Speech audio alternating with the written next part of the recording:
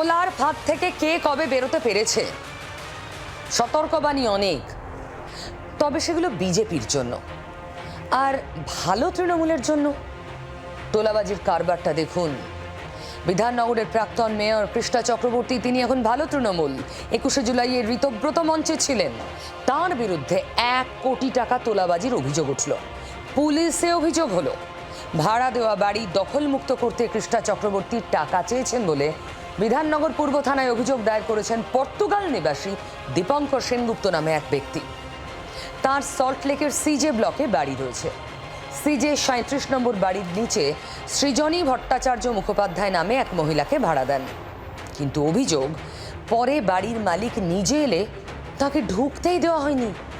এমনকি দীপঙ্কর সেনগুপ্তকে হুমকি দেওয়া হয় বলে অভিযোগ। বাড়ি দীপঙ্করকে ঢুকতে দেওয়া হয়নি।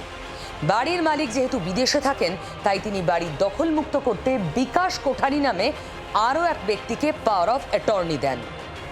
মানে ভাড়া দিয়েছেন একজনকে, তাকে ম্যানেজ করতে পারছেন না, ম্যানেজ করার জন্য তিনি বিকাশ কোঠারিকে ক্ষমতা দেন, আমার হয়ে আপনি কাজ করুন। বিকাশ কোঠারি বারবার এলেও তাকেও ঢুকতে দেওয়া হয়নি বলে অভিযোগ। এমনকি ভাড়াটে Srijani Bhattacharya Mukhopadhyay power of attorney যাকে দেওয়া হয়েছে, সেই ব্যক্তিকে শ্লীলতা হানির অভিযোগে ফাঁসিয়ে দেবেন বলে হুমকি দেন। অভিযোগ তাই। পর্তুগালে থাকা এনআরআই সল্টলেকের বাসিন্দা, তিনি তো দিয়েছিলেন পাওয়ার অফ অ্যাটর্নি বিকাশকে। সেই বিকাশ এবার পুলিশে অভিযোগ দায়ের করল কৃষ্ণা চক্রবর্তীর বিরুদ্ধে। এই গোটা ঘটনায় কৃষ্ণা চক্রবর্তীর ভূমিকা কি? কৃষ্ণা তার থেকে বাড়ি পুনরুদ্ধার করতে 1 কোটি টাকা চান। বলেন, ভাড়া তুলে দেব, 1 কোটি চাই, টাকা দেওয়া না হলে সম্পত্তি আর ফিরে পাবেন না। হুমকি দিয়েছেন নাকি কৃষ্ণা।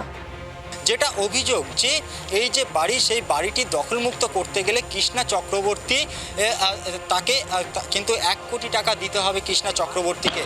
এবং সৃজনী ভট্টাচার্য তিনিও হুমকি দিয়েছিলেন যে কৃষ্ণা চক্রবর্তীর সাথে তার খুব ভালো সম্পর্ক।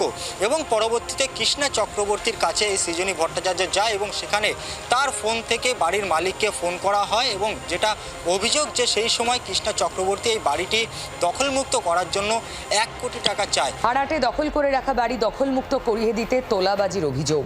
তাও 1-2 লাখ 5 লাখের গল্প নয়, 1 কোটি।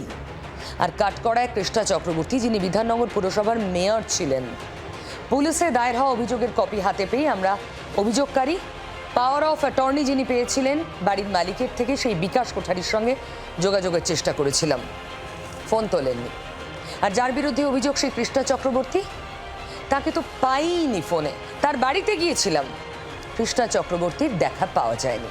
সেই অভিযোগের ভিত্তিতে তার যে কী বক্তব্য সেই বিষয়ে জানতে তাকে আমরা একাধিকবার ফোন করেছিলাম, তার বাড়িতে আমরা এসেছিলাম, কিন্তু কোনোভাবেই প্রাক্তন মেয়র কৃষ্ণা চক্রবর্তীর সাথে যোগাযোগ করা সম্ভব হয়নি।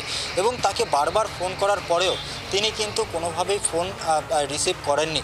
অর্থাৎ একদিকে যখন এই তোলাবাজির অভিযোগ উঠছে প্রাক্তন মেয়র কৃষ্ণা চক্রবর্তীর বিরুদ্ধে, সেখানে দাঁড়িয়ে সেই বিষয়ে জানার জন্য বারবার যোগাযোগ করা হলেও কিন্তু তার সাথে যোগাযোগ করা সম্ভব হয়নি। দেখুন, অভিযোগকারী এবং অভিযুক্ত কারোর রিয়াকশন আমরা পাইনি, বারবার চেষ্টা করেও।